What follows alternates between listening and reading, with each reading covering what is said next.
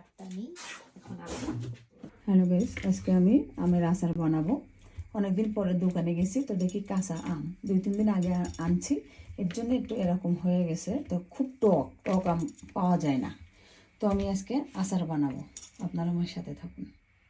তো আমার আমের আচার বানানোর জন্য চিনি লাগবে, কিছু শুকনো মরিচ লাগবে, আমি মেথি ভেজে গুঁড়ো করে নিয়েছি, আর আমি এখানে মৌরি নিয়েছি কিছু, তারপরে সরিষার তেল, তারপরে এখানে আমি সরিষার তেল দিয়ে সরিষা এবং জিরা ধনে আদা ব্লিটার করে নিয়েছি।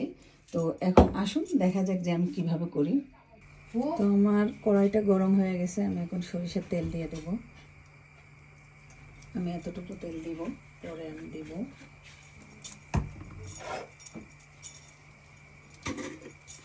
তেলটা গরম হয়ে গেছে, প্রথমে মরিচটা দিয়ে নেব।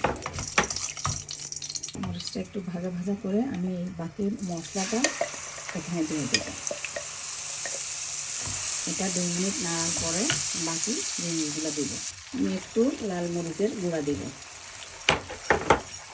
এখন আমগুলা সব এখানে দিয়ে দেব। দিয়ে আমি একটু নাড়াচাড়া করব। পরে আমি একটু লবণ দিয়ে দেব। এখানে আপাতত আমি 1 চামচ লবণ এখন দিব, পরে বাকিটা দিব। দিয়ে আমি একটু নাড়াচাড়া করব।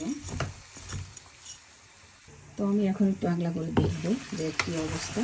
দেখুন গাইস, এখন এটাই লোভনীয় হয়ে গেছে। বাকিটা তো দেখবেন। যদি রোজা রয়েছি এটা বলা ঠিকও না, টক জিনিস দেখলে তো আপনারা সবাই জানেন যে কেমন কেমন লাগে। আমি ঢেকে দিয়ে আরও 2 মিনিট জ্বালাবো। তো গাইস আমি আবার দেখব, কারণ আমি এখানে চিনি দিব। তো দেখুন গাইস কেমন সুন্দর হয়েছে। তো আপনারা এই জালটা কমাই দিতে হবে, দেওয়ার পরে নাইলে তলায় লেগে যাবে। তো আমি এখন এখানে যে চিনিটা রাখছিলাম, তো চিনিটা দিব।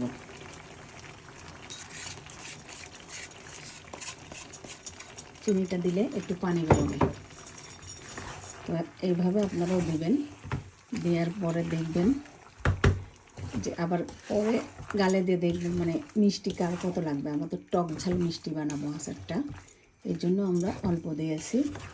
আর আমি তো শুকনো মরিচ ব্লেন্ডার করে নিয়েছিলাম, আবার গুঁড়োও দিয়েছি। এখন দেখা যাক আল্লাহ কী করে, কেমন হয় আল্লাহই জানে।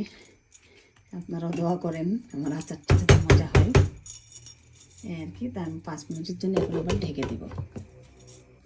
তো গাইস আমরা এখন একটু দেখবো যে এটা কী হালচাল। তো দেখুন গাইস কত সুন্দর হয়েছে, কালারটা লাগছে। এখন চিনিটা গুলে আমের সাথে এখন আমটা শক্ত হয়ে যাবে। তারপর ঝোল তুলবে, আমরা এটা পাঁচফোড়ন দিয়ে তেলের পরে দিয়ে নামাই ফেলবো। আমি 2 মিনিটের জন্য আবার ঢেকে দিলাম। গাইস এখন দেখবো, দেখুন যে আমার আচারটা হয়ে গেছে। তো আমি এখন এটা তেলের পরে দিব পাঁচফোড়ন দিয়ে। তো আমি এখন এটা রেখে দিব। আমি এখন আমার সে বিখ্যাত কড়াইটা চুলোর উপরে দিয়েছি, দিয়ে আমি একটু তেল দিব, সামান্য একটু। দেওয়ার পরে তেলটা গরম হলে আমি এখন পাঁচফোড়নটা দিয়ে দেবো। দিয়ে একটু নাড়াচাড়া করব। পাঁচফোড়নটা হয়ে গেছে, আমি এখন নামিয়ে নিব। নামিয়ে আমি আচারটা এখানে দিয়ে দেব।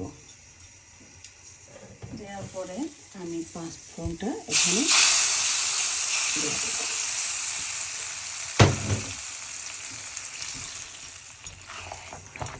দেখুন যে বিশ্বাসই করবেন না যে এত সুন্দর সেন্ট। আর আমি এখানে যে মেথিটা গুঁড়ো করে রাখছি না, সেটা এখন এখানে দিয়ে দিব। তো ফাইনালি আপনারা লুকটা দেখুন। তো আমি এখন এটাকে ঢেলে নিয়ে আপনাদেরকে দেখাচ্ছি যে আমার আচারটা কেমন হয়েছে। আমার আচারটা হয়ে গেছে, তো আমি এখন পাত্রে সার্ভ করতেছি। দেখুন যে আমার আচারের কালারটা কেমন হয়েছে, মাশাআল্লাহ। যে খাবে তার জন্য একটু দোয়া করেন, যেহেতু সে প্রেগনেন্ট।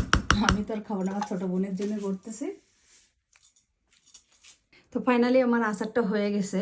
তো দেখুন কত সুন্দর কালার হয়েছে। যেহেতু আমি রোজা রয়েছি, তো আমি ওইদিকে তাকাতে পারছি না ভালো। আপনারা সবাই জানেন না আচার দেখলে মেয়ে মানুষের কেমন হয়। তো যাই হোক, তো আমার ভিডিওতে যদি ভালো লাগে তো লাইক কমেন্ট করে আমার পাশে থাকবেন। আর আপনাদেরকে আমি আরেকটা কথা বলি, সেটা হলো আমি একটা ইউটিউব চ্যানেল খুলছি। তো আমি ওখানে ভিডিও লিঙ্কটা দিয়ে দেবো আমার ভিডিওয় ছাড়ার সময়। তো আপনারা প্লিজ দয়া করে সাবস্ক্রাইব করবেন, আমার পাশে থাকবেন। আমি আমার মতো করে রেসিপি ছাড়ার চেষ্টা করব, কারণ আমি কারো দেখেও করি না, আমি আমার মন মতো করে আমি আগে খেয়ে টেস্ট করে দেখি, তখন আমি আপনাদের সাথে শেয়ার করি। তো আজকের মতো আমি বিদায় নিব। সবাই ভালো থাকবেন। আল্লাহ হাফেজ, সালাম আলাইকুম, বাই বাই।